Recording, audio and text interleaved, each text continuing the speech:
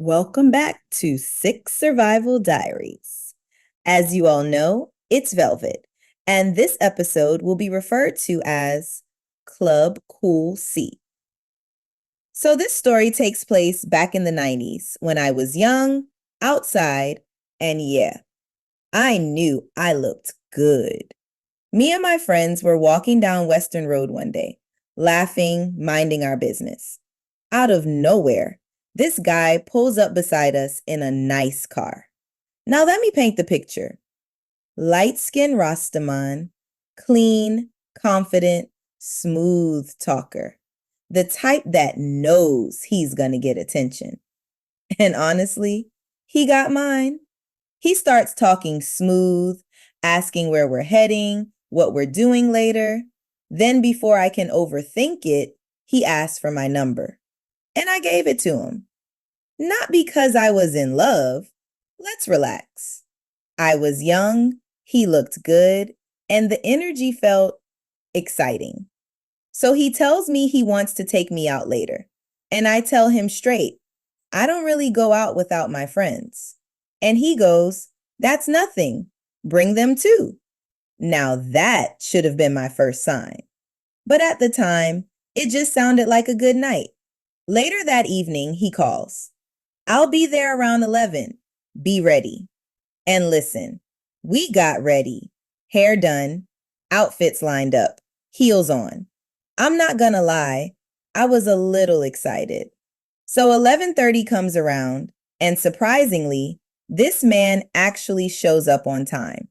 Which honestly, impressive, because the average girl is not ready on time. Anyways, me and my friends head outside dressed up. Short shorts, 5-inch heels, looking important. We get in the car, music playing, energy nice, everything feeling like the start of a proper night. We pull up to Club Cool C after midnight, and the line is crazy. But somehow, we get in. Once we're inside, the night is lit. Music loud, people everywhere, energy high. Now let's call my date, Twig. Twig is doing everything right on paper, buying drinks, checking on me, making sure me and my friends are good. But here's the thing. This is someone I just met. So in my head, I'm not about to stand beside him all night acting claimed. That's not happening. So I start moving around. I'm dancing, talking, enjoying myself with my friends. And yeah, I'm not gonna lie, I was collecting numbers that night. Not one, not two, not even three. 66 numbers. Yeah, what do they call it now? Outside? I was fully outside. And the whole time, Twig keeps checking in, but I can feel his energy changing. Nothing loud, just different. But in my mind, we're not together.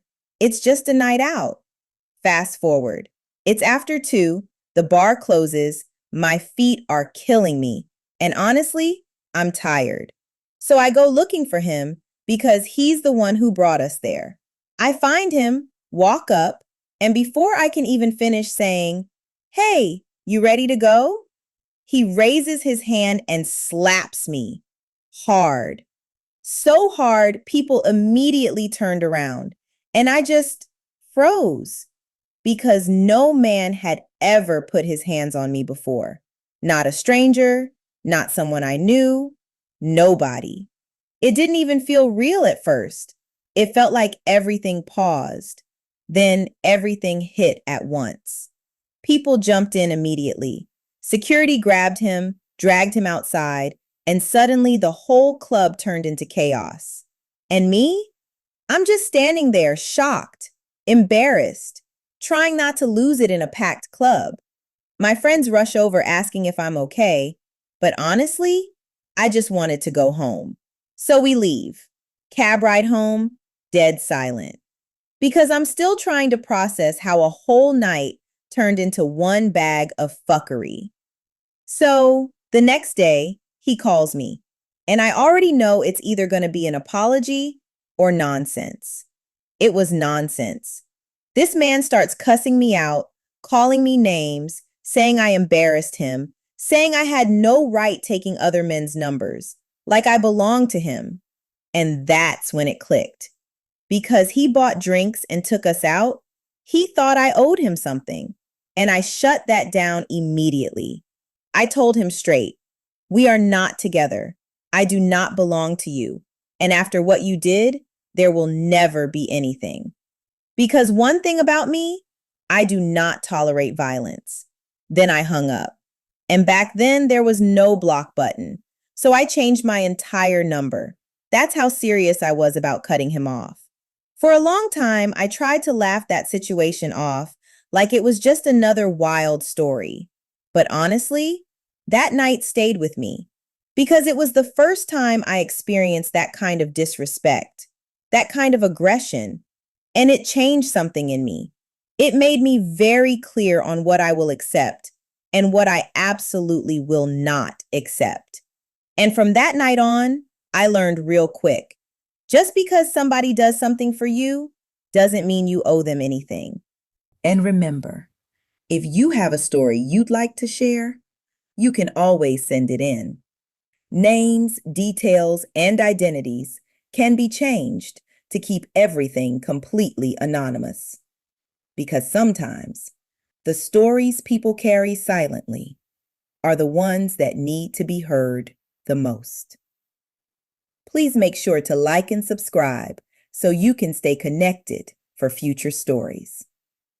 And I'm happy to announce that we have a very special episode titled The First Time the Police Put Their Hands on Me, releasing out of schedule on May 19th at 12 p.m. Eastern Standard Time. Real stories, real survival, real people.